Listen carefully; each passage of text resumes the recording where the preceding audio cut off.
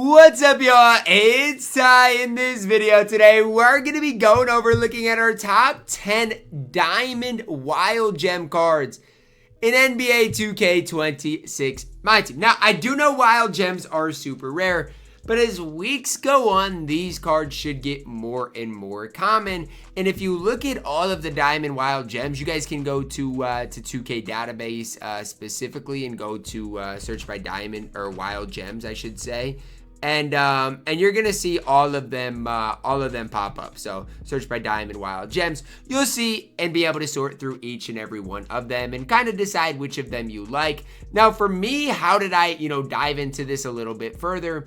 I, looked at their stats, looked at their, animations, and then went into shoot around and play now with a lot of these cards. Now, I'm going to be doing the best I can, but just know and realize this is still an early video, right? Like, the game has been out for less than a week, so my opinions probably are going to change a little bit. Now, we do have a tie at my number 10 spot between Ron Harper and Jalen Suggs. Now, I'm going to pull up both of these cards here on 2K database, and you're going to be able to see exactly kind of what I'm looking at within both of these cards. They're both similar defensive-minded point guards, right? Like Ron Harper's 6'6", Jalen Suggs is 6'5". What is the main difference? Well, you guys can see, I would say Jalen Suggs' speed is slightly better, which matters. His three ball is slightly better, which does matter. But again, Ron Harper is that slight little bit taller. When it comes down to their SIGs, if you look at their animations, Jalen Suggs has his own base. Ron Harper has the Gary Trent Jr. base, which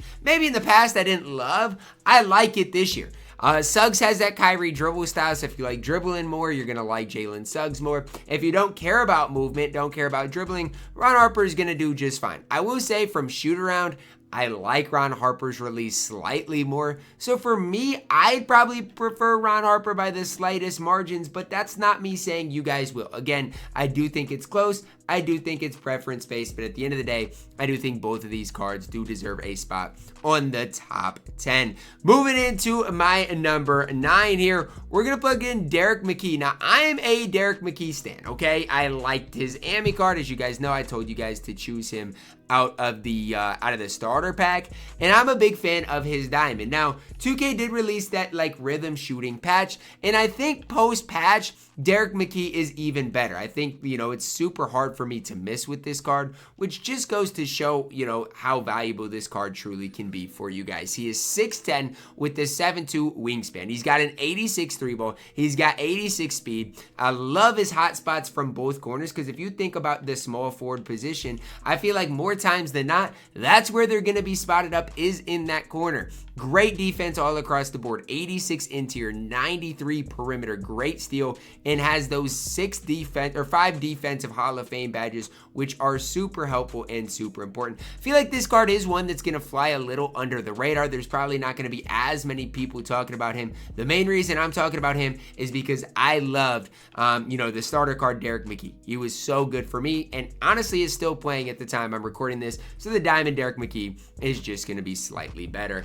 At my number 8, it's Tom Gugliotta. Another guy a lot of people are like, really, Ty? This is a card that I personally have played against, and he absolutely cooked me. So if you were the guy that cooked me with Tom Gugliotta, just realize you're the main reason he's making this list, okay? 6'10", 7-foot wingspan, very similar to Derrick McKey with this three ball, with this speed. Defensively, pretty similar. The one thing is, Gugliotta's got a better block rating. Does that matter? Maybe a little bit. Googs is going to be better offensively. Derrick McKey is going to be slightly better defensively. Gugliotta's got a 95 standing dunk, driving dunk. So if you are looking for someone to attack the rim, this is your man. You put, the lightning launch on him. He is going to be nearly unstoppable, attacking the rim. And I think that's super important to have some guy, or have a guy that can just go get you a bucket, especially running to the rim when you need it. Googs is going to be exactly that. Love what this card does provide here. Coming in at my number 8. At my number 7, plugging in a big man, it is Tyson Chandler. Now, here's the thing.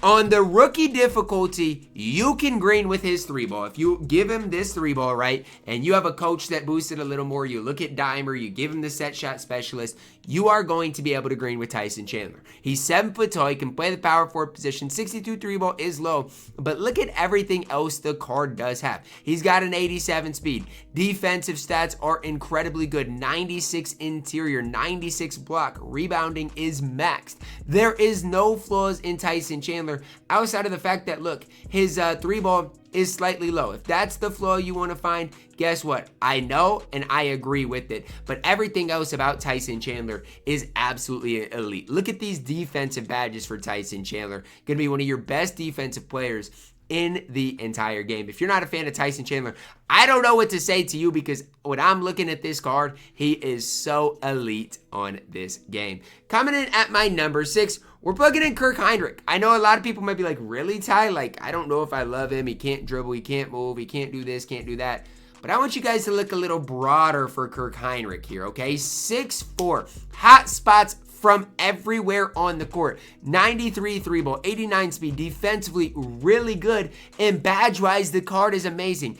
I know the 70 driving dunk isn't great, and I know a lot of people aren't going to like that, and honestly, guys, I agree with you, right? That driving dunk is pretty poor, but everything else about Kirk Hinrich, I'm a fan of, right? I don't see many flaws. The KCP base is absolutely elite. We saw it with Jack Sikma. You're going to see it with Kirk Hinrich. Normal leader's just fine. He does have the D-book dribble style, which again is fine, but the rest of his dribble sigs are basic. To me, I love Kirk Hinrich. I think this card is really solid. You just can't think of him as like a rim running point guard, because if you do that, you're not going to really love what Kirk Hinrich gives you on the floor. I'm just being honest with you guys, trying to help you guys out. If that's how you think of Kirk Hinrich, it is going to be a little bit of a struggle for you. But for me, I love what the card does provide. I think as far as that point guard position, if you're not looking for a rim running point guard, he is absolutely elite. Coming in at my number 5, we are plugging in Mr. Tyreke Evans. Now, another one of these different type of point guards. For Tyreke Evans, he is 6'6". Now, on the good side of things, he's 6'6". He's got an 85 driving dunk. His speed with ball is a 95. He's got Hall of Fame dimer, handles for days, lightning launch. As far as a rim running point guard, he doesn't get much better than Tyreke Evans. I'm just being honest. You're looking for a rim running point guard, it doesn't get much better. I am a little concerned what the release is going to look like. I am a little bit concerned the fact that, like, I mean, all defensive badges are not nearly as good as Kirk Hinrich. But again, he is 6'6". He's going to run to the rim well. He has the ability to shoot the ball. And again, there aren't really any glaring flaws. Like with Kirk Hinrich, there is a flaw. He can't really dunk the ball. With Tyreke Evans, he is a more complete player. Now again, Kirk Hinrich has hot spots from everywhere. Tyreke Evans has no hot spots. These are the pros and cons that you guys need to weigh for yourself and what you guys specifically value. I do think Tyreke Evans gives you slightly more. However, some people are going to like Kirk Hinrich more. It's kind of that give and take situation. I like both cards. I do think both cards are deserving of being at least close to my top 5. Coming in at my number 4, we are plugging in Diamond Jeff Green. If you don't know anything about me, know I have been a Jeff Green stan for the last few years. I have. I mean, there's been years in which Jeff Green's release hasn't been that good, and I get that, and I'm with you on that. But I think as far as complete cards, Jeff Green's always one of the more complete ones. Hotspot from one of the corners. Wish it was both, but one. I can't really complain. Again, that's where he's going to be most of the time.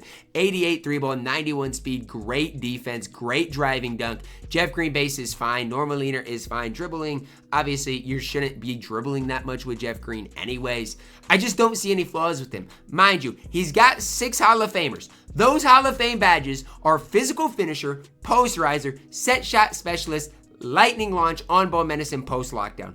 Great Hall of Fame badges. Mind you, he's got 23 gold badges. You can literally give Jeff Green nearly every badge in the entire game, which is so important this early on in my team. He's got 29 base badges. You give him immovable, you give him strong handle, you give him limitless, shifty shooter, and then maybe dimer, and you're looking at one of the more complete small forwards in the entire game. Am I a Jeff Green stan? Yes. I think this card is absolutely elite on this game. Coming in at my number 3, we are plugging in Diamond PJ Brown, a card I've seen a lot of people run, and honestly, I don't blame them. PJ Brown is super elite on this game, and I'm going to start with PJ Brown's release. Okay, he's only got a 73 3 ball, but the Marcus Morris Sr. release is really good. Take note, it's the same release that Tyson Chandler has. If you got this Amy PJ Brown, you've been probably using it because I know some people got him right away out of that starter pack.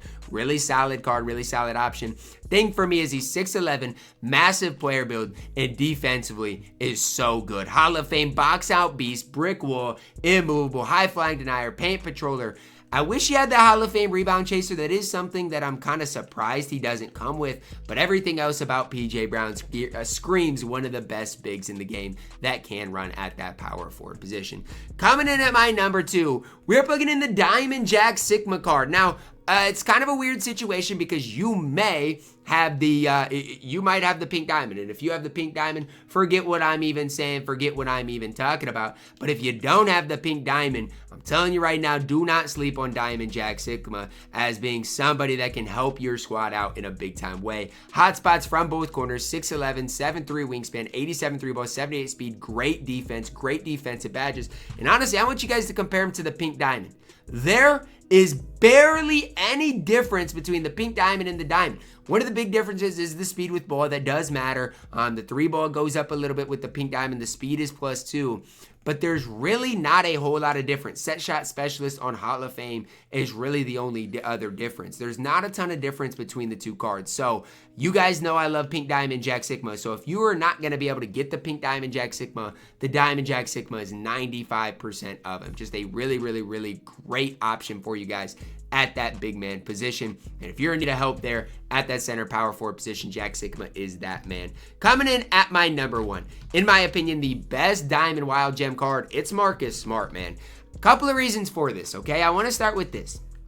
I personally feel like the point guard position is pretty weak. Unless you got like hidden gems, Rex Chapman, unless you got Ja Morant right now, I feel like it's a pretty weak position. Marcus Smart's 6'4". He's got an 86 3 ball, but he's got 94 speed and basically max defense with Hall of Fame challenger, glove, on-ball menace, paint patroller, and post lock. Mind you, he does also have that Hall of Fame lightning launch, which is crazy for a card this early in the game to have all of those things as a diamond that is going to be one of the best defensive cards in the entire game. Meanwhile, pro dribble style, normal leaner, which is just fine, and one hotspot from that right hash. I just don't see how anybody can be down on Marcus Smart. He's going to get you paint stops with that 90 interior, the rare paint stop. He's going to be able to offensively give you enough.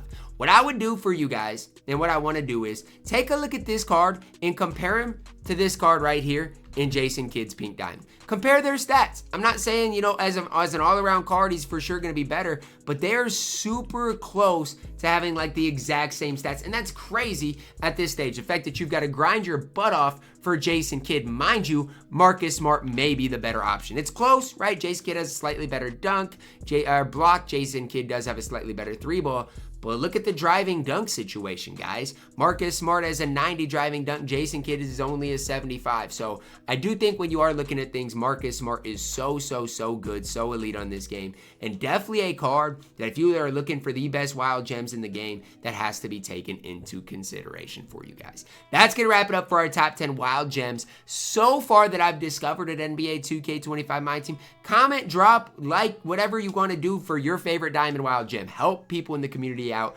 figure out which of these cards are some of your favorites, some of the best. I also will say again, right now they are super high in price. I do expect eventually them to come down, but it's going to take a while considering a lot of these cards right now, especially like with the Marcus Smart, Jack Sikma, they're some of your best cards in the entire game. That's going to wrap it up for our video. Let me know your thoughts on it down below in the comments, guys. Drop a like on the video, subscribe if you are new, and as always, man, I love you guys. Have a blessed day.